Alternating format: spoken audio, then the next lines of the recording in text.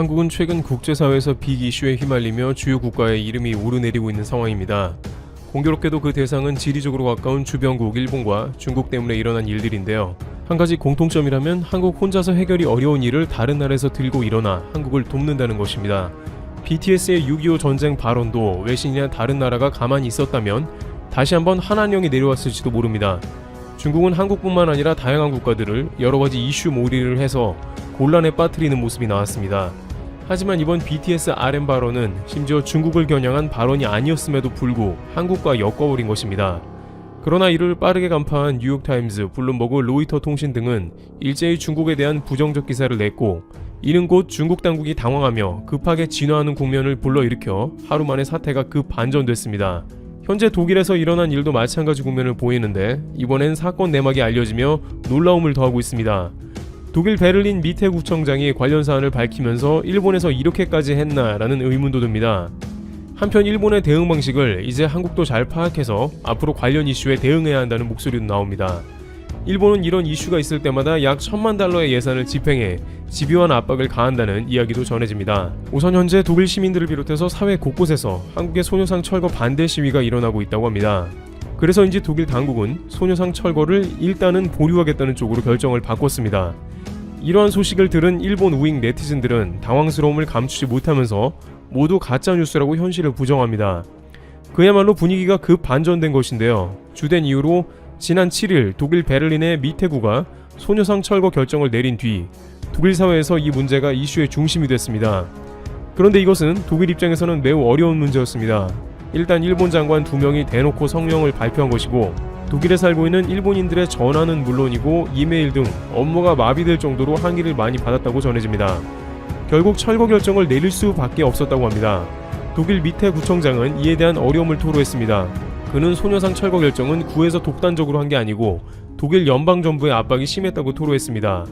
독일 정부는 일본의 외교적 요구를 수용했다는 것입니다. 지금까지 일본은 이런 식으로 독일의 소녀상을 철거한 경험이 있기 때문에 또 비슷한 방식을 활용했습니다. 그런데 이번에는 양상이 다소 달랐던 것입니다. 독일 미테구에 설치된 소녀상은 적법한 절차에 따라 세워졌습니다. 독일 관계당국과 한국 시민단체인 코리아협의회가 관련 사안에 대해서 오랫동안 협의를 거친 결과로 세워졌으며, 이때 독일 당국은 별다른 가이드라인을 제시하지 않았으며 여느 때처럼 비슷하게 설치된 것입니다. 그렇지만 소녀상이 설치된 지 보름도 되지 않아서 돌연 독일 당국이 철거 명령을 내리게 된 것입니다. 독일 당국이 적법 절차를 무시하고 강제 철거 명령을 내린 것은 물론이고 뭔가에 굴복했다는 인상이 듭니다. 이것을 알아차린 독일의 시민들은 물론이고 진보당을 비롯해서 사회 각계각층 인사들은 일제히 들고 일어났습니다. 우선 슈레더 독일 전 총리는 소녀상 철거에 대해서 즉각 반대하며 미테구에 관련 서한을 보냈습니다. 아무래도 슈레더 전 총리는 한국인 부인 김소연 대표가 있기 때문에 한국에 대한 이슈에는 적극적인 것이죠. 예를 들어 미국의 호건 주지사 아내가 메릴랜드주 퍼스트레이디인 유미 호건이기 때문에 한국의 호의적인 것과 비슷합니다. 이렇게 유력 정치인과 인사들의 아내의 영향력까지 더해져 슈레더 전 총리는 베를린 미테구가 평화의 소녀상 허가를 그대로 유지해줄 것을 간곡히 요청드립니다 라고 서한을 미테구에 직접 보낸 모습이 나왔습니다. 이 서한을 받아본 미테 구청장은 머리가 복잡했을 것입니다. 독일 연방정부는 압박을 하고 있지만 당장 독일 정치계에서 여전히 큰 영향력을 행사하는 무려 전 총리가 친히 소녀상을 철거하지 말아달라고 편지를 보냈기 때문입니다. 여기에 독일의 진보정당인 녹색당과 사민당은 소녀상 철거 반대에 관한 성명까지 내며 상황이 커졌습니다. 특히 녹색당의 경우에는 미테 구청장이 속한 당파로 이것이 정치적으로도 압박이 들어오는 것을 뜻합니다. 본인이 속한 당원들이나 유력 정치인들이 미테 구청장에 충분한 압박을 가하면서 반대 의사를 표시한 것이기 때문입니다. 진보 색채가 강한 녹색당 내부에서는 일본 극우 정치인에게 굴복했다는 게 굴욕적이라는 표현도 흘러나왔습니다. 진보 정당인 이들은 인권을 비롯해 평등, 자유, 비폭력, 독립 등의 가치를 매우 중요시하는 정당입니다. 그런데 이번 소녀상 철거 명령은 적법한 절차에도 불구하고 정치 세력에 의해 검열된 권위적 행태라면서 진보파 의원들은 애초에 말도 안 된다는 독일의 결정이라며 일본에 굴복해서는 안 된다는 의견을 내고 있습니다. 일각에서는 차라리 일본에서 수도 베를린에 어차피 세워진 조형물을 이번에는 그냥 넘어간 게 낫지 않았냐는 의견이 나오고 있습니다. 왜냐하면 이번에 진보정당의 눈에 띄었기 때문에 앞으로 독일에서 비슷한 이슈가 나면 일본은 더 이상 자신들의 주장을 펼치게 될 수 없다는 의견도 나왔습니다. 긁어부스럼을 만든 형국인 것이죠. 단시간에 여론은 완전하게 뒤집힌 상황이 나왔습니다. 독일 예술인협회도 표현의 자유를 제한한다며 철거 반대에 관한 성명을 내며 힘을 보탰습니다. 이렇게 상황이 커지는 것은 애초에 일본이 상상치 못한 최악의 모습으로 흘러가는 형국이라고 전해집니다. 예를 들어 독도 문제의 경우 이슈화가 되고 알려져야 일본에 유리한 반면에 소녀상 문제는 최대한 신속하고 빠르게 하나하나씩 조용히 처리해야 하는 문제이기 때문입니다. 알려져봤자 여론이 일본에 유리할 리가 없기 때문입니다. 그런데 이번 소녀상 문제는 독일 전체로 퍼져나가는 국면에 들어갔습니다. 독일 시민과 현지 교민 등 300여 명은 소녀상을 지켜야 한다며 본격 시위에 들어갔습니다.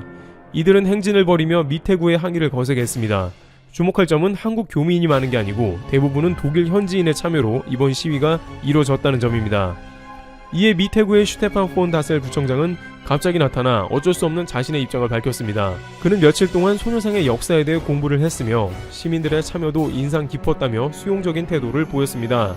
그러면서 코리아 협회가 소송을 걸었고 그 시간은 상당히 소요될 것이기 때문에 그동안의 조화로운 방안에 대해 논의하자며 상황을 진정시키는 모습이 보입니다. 소녀상 철거가 자신의 의도가 아님을 강조했습니다. 독일 베를린시는 항의가 너무 거세지자 관련 공문을 홈페이지에 게시까지 하면서 시민들을 진정시킵니다. 독일 주요 언론에까지 대대적인 보도가 이어진다면 그야말로 상황이 걷잡을 수 없이 커질 수도 있습니다. 일본 입장에선 이렇게 일파만파 상황이 완전히 꼬여버린 것에 대해서 전략 실패라는 말도 나옵니다. 독일 베를린 연방정부를 외교적으로 설득했을 때 한일 간의 분쟁 프레임으로 몰고 갔다는 것인데요. 독일 미테구가 소녀상 철거의 결정적 원인으로 제시한 한일 간의 대결 구도가 베를린에서 펼쳐지지 않기를 원한다는 것은 독일의 의견이 아니고 순전히 일본 외교당국의 아이디어였다는 것입니다. 일본에서 독일을 설득할 때 왜 독일에서 한일 간의 싸움이 일어나야 하냐면서 독일은 참으면 안 된다. 이것은 독일과 일본과의 외교에도 좋지 않다라는 주장을 하면서 순전히 한일 싸움으로 치부한 것입니다. 그러나 이러한 주장은 과거에는 모르지만 이제 현 시대에서는 통하기가 매우 어려워졌습니다. 왜냐하면 전 세계적으로 평등의 이념과 인권 문제가 갈수록 중요시되는 시대적인 흐름이 매우 강하기 때문입니다. 독일 시민단체 코리아 협회도 소녀상은 한일 간의 대결을 위한 것이 아니고 전 세계의 가치를 알리기 위함이라며 전 세계적으로 중요한 가치를 기념하고 기억하자는 뜻이지 일본과의 대결이 아니라고 선을 그었습니다. 독일의 시민들도 이에 동조했음은 물론이고 각종 진보당과 예술인협회도 같은 주장을 했습니다. 그러면서 중요한 가치를 지켜나가는 독일이 일본의 극우 정치색에 굴복하여 정반대의 결정을 내린 것은 용납할 수 없다는 의견이 나온 것입니다. 또한 독일은 이런 문제에 대해서 그 누구보다 예민하다는 것입니다. 독일은 과거사에 대해서 반성을 해야 한다는 절대적인 사회적 분위기가 형성되어 있습니다. 다만 지금까지 한일 간의 문제에서는 독일과 먼 문제이기 때문에 크게 관련되어 있지는 않았지만 이와 같이 사회적인 이슈가 되면서 논란이 될 때에는 독일은 일본 편에서 판단을 내리기 매우 어려워집니다. 자신들의 가장 중요한 가치를 스스로가 저버리는 꼴이 되기 때문에 이슈화되면 일본은 불리한 것이죠. 이와 같이 처음에는 독일 베를린 연방정부가 조형물 철거 결정을 내렸다는 것에 대해서 한국에서는 큰 실망을 했고 반면 일본은 박수를 치면서 희비가 갈리는 모습이 나왔지만 상황이 급 반전하여 이제는 오히려 독일 시민들이 시위에 가담하며 한국 편을 들어주고 있는 상황입니다. 놀라운 점은 한국에서 일본과 같이 엄청난 노력을 하지 않았어도 저절로 해결되었다는 점일 것이며 이러한 흐름은 전 세계적으로도 확산되어 앞으로도 일본의 방해는 더욱 어려움을 겪을 것으로 관측됩니다. 트리블튜브 여기서 마치겠습니다. 감사합니다.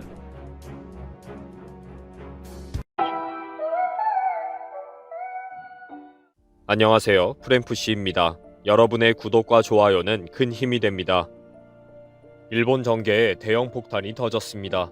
재작년 참의원 선거에서 금권 선거를 했다는 혐의로 체포되고 재판을 받던 가와이 안리 참의원이 갑자기 사직서를 던졌습니다. 가와이 안리는 체포 당시에 호텔에서 갑자기 검찰 수사관들 앞에서 옷을 훌러덩 다 벗어서 화제를 만든 인물입니다.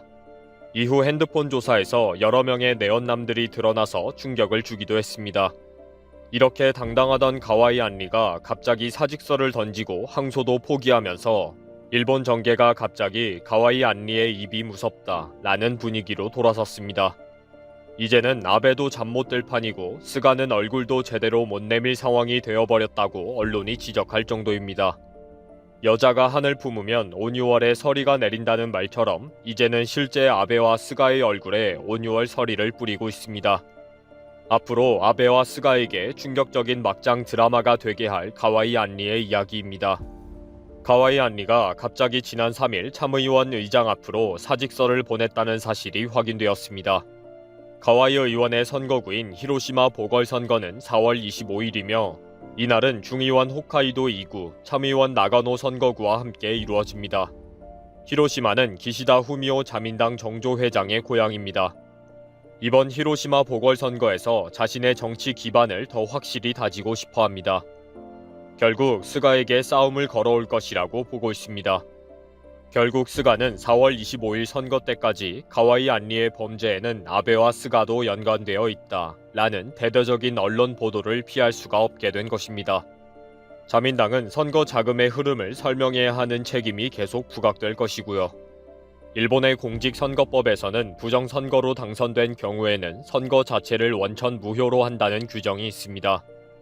당선 무효 처리가 되기 때문에 의원 신분의 사퇴로 보지 않고 다시 선거를 실시한다고 보는 것입니다. 그러나 20개월 동안 받은 급여 총 4,942만엔, 약 5억 2,500만 원은 반환하지 않습니다. 이번 사퇴로 유권자들은 이미 너무 늦은 사퇴이다. 지금까지 받은 세비를 돌려놓아라. 결국 모든 책임은 아베와 스가가 져야 한다 등의 비판이 이어지고 있습니다. 스가는 비판을 받고 있음을 무겁게 받아들이고 있다고 코멘트를 했습니다. 가와이 안리의 갑작스런 항소 포기와 의원직 사퇴로 스가와 아베가 지금 복잡한 상황에 처해 있다는 분석 기사가 나왔습니다. 자민당 간부도 가와이 안리가 항소할 것으로 믿고 있었는데 사직서를 갑자기 제출해서 깜짝 놀랐다 라며 놀란 표정을 감추지 못하고 있다고 합니다. 가와이 안리가 항소를 하면서 무죄를 계속 주장을 하고 상당한 금액의 의원 급여를 받을 것으로 봤다는 거죠. 1심의 유죄를 이번에 항소하고 또 상고까지 하면서 끝까지 싸울 것이라고 모두들 알고 있었다는 것입니다. 이번 가와이 안리의 사직과 재선거로 가장 골치 아프게 된 사람은 스가 총리이다 라고 보고 있습니다. 일단은 스가가 관방장관이었던 재작년의 참의원 선거에서 몇 번이나 히로시마에 들어가서 가와이 안리와 함께 팬케이크를 맛있게 먹던 동영상이 계속 방영될 것입니다. 언론에서는 4월 25일 보궐선거 날까지 스가와 가와이 안리의 투샷이 반복해서 보도될 것이라는 거죠. 가와이 안리가 앞으로 어떻게 나올 것인지 도무지 짐작이 안 된다고 자민당과 언론은 혼돈에 빠져 있습니다. 특히 지난 1월 가와이 안리의 판결 공판에서 재판부가 피고는 가와이 가스유키의 배우자이었다 라고 했는데 이었다라는 과거형을 쓴 것이 화제가 되고 있습니다. 자민당 간부는 이 판결을 보고 안리가 가스유키와 이혼을 한 것이 아닌지 불안했다 라고 토로할 정도입니다. 가와이 안리가 자민당과 남편 가스유키에게 버림받은 불쌍한 여자라는 이미지를 가지게 될까 걱정을 하고 있습니다. 일본에서 이런 가십거리의 기사가 얼마나 여론 형성에 영향을 미치는 것인지 잘 알고 있습니다. 결국 모든 진실을 알고 있는 가와이 안리 입에 자민당과 아베와 스가의 운명이 걸려있게 된 것입니다. 재판 과정에서 아베와 스가의 도움을 받지 못하고 모든 죄를 다 뒤집어 썼다고 생각하는 가와이 안리가 결코 그냥 있지 않을 것이라고 봅니다. 가와이 안리가 자민당으로부터 받은 1억 5천만 엔에 대해 어떤 폭로를 할지 모르는 상황이 되어버렸다는 것입니다. 그동안도 가와이 안리의 좌충우돌 성격으로 많은 화제를 불러일으켰습니다. 가와이 안리는 재작년 7월 참의원 선거에서 아베로부터 1억 5천만 엔을 받아서 지역구의 지방의원 및 후원의 간부 등 94명에게 2,570만 엔, 약 2억 9천만 원을 뿌린 혐의로 체포되었습니다. 선거 과정에서 아베 총리 등 자민당 지도부의 전폭적 지원을 받은 안리는 2위로 당선했고 다른 자민당 후보였던 미조테 겐세이 전 공안위원장은 낙선했습니다. 당시 자민당 본부가 안리 후보에게 지원한 자금은 4월 15일부터 6월 27일까지 총 1억 5천만 엔으로 미조테 후보의 10배에 달했습니다. 니카이 간사장이 밀고 있었던 미조테 후보를 떨어뜨리기 위해서 아베가 가와이 안리에게 거액의 정치 자금을 준 것으로 알려졌습니다. 아베가 깊숙이 개입한 대형 사건인 참의원 선거 금품 살포가 검찰과 언론의 폭로로 엉뚱하게 발전하기도 했습니다. 이 사건이 안리 의원의 스스로 알몸 노출과 휴대폰으로 알게 된 내연남 3명 이상 등 일본 정치계의 실상 폭로로 번진 것입니다. 일본 주간지들이 물 만난 것처럼 신나게 보도를 하고 있으면서 일본 정치인들의 실상이 까발려졌습니다. 가와이 부부가 체포될 당시의 상황이 공개되었는데 10여 명의 검사와 수사관들이 호텔을 급습했다고 합니다. 이때 휴대폰을 압수당하게 된 안리 의원이 흥분 상태에서 갑자기 옷을 벗기 시작하더니 속옷까지 다 벗어서 알몸이 되었다고 합니다. 자민당의 니카이 간사장에게 전화를 하게 해달라고 하면서 말입니다. 이때까지만 해도 안리 의원의 특별한 성격 때문에 생긴 해프닝 정도로 여겼습니다. 그런데 검찰로부터 안리 의원의 휴대폰에서 3명 이상의 내연남이 확인되었다고 언론이 폭로하기 시작하면서 추악한 일본 정치계의 실상이 화제가 되기 시작했습니다. 이런 뉴스를 좋아하는 일본의 언론들은 히로시마 현의 의장을 역임한 남자, 최근에 안리 의원과 함께 당선된 동료 의원, 가와이 부부 사무실에서 일하는 비서 등으로 지명한 것입니다. 이름만 딱 이야기하지 않은 것이지 누구나 다 알 수 있는 형태로 보도를 한 것입니다. 정말 막장 드라마의 주인공으로 막 나가던 가와이 안리가 이제 정말 주인공이 되기로 작정한 것 같습니다. 일본 언론들이 가와이 안리의 입을 주목해라 라고 매달리고 있기 때문에 조만간 대형 폭로가 있을 것으로 보고 있습니다. 또 당연히 이 모든 타격은 아베와 스가가 다 뒤집어 써야 할 것이고요.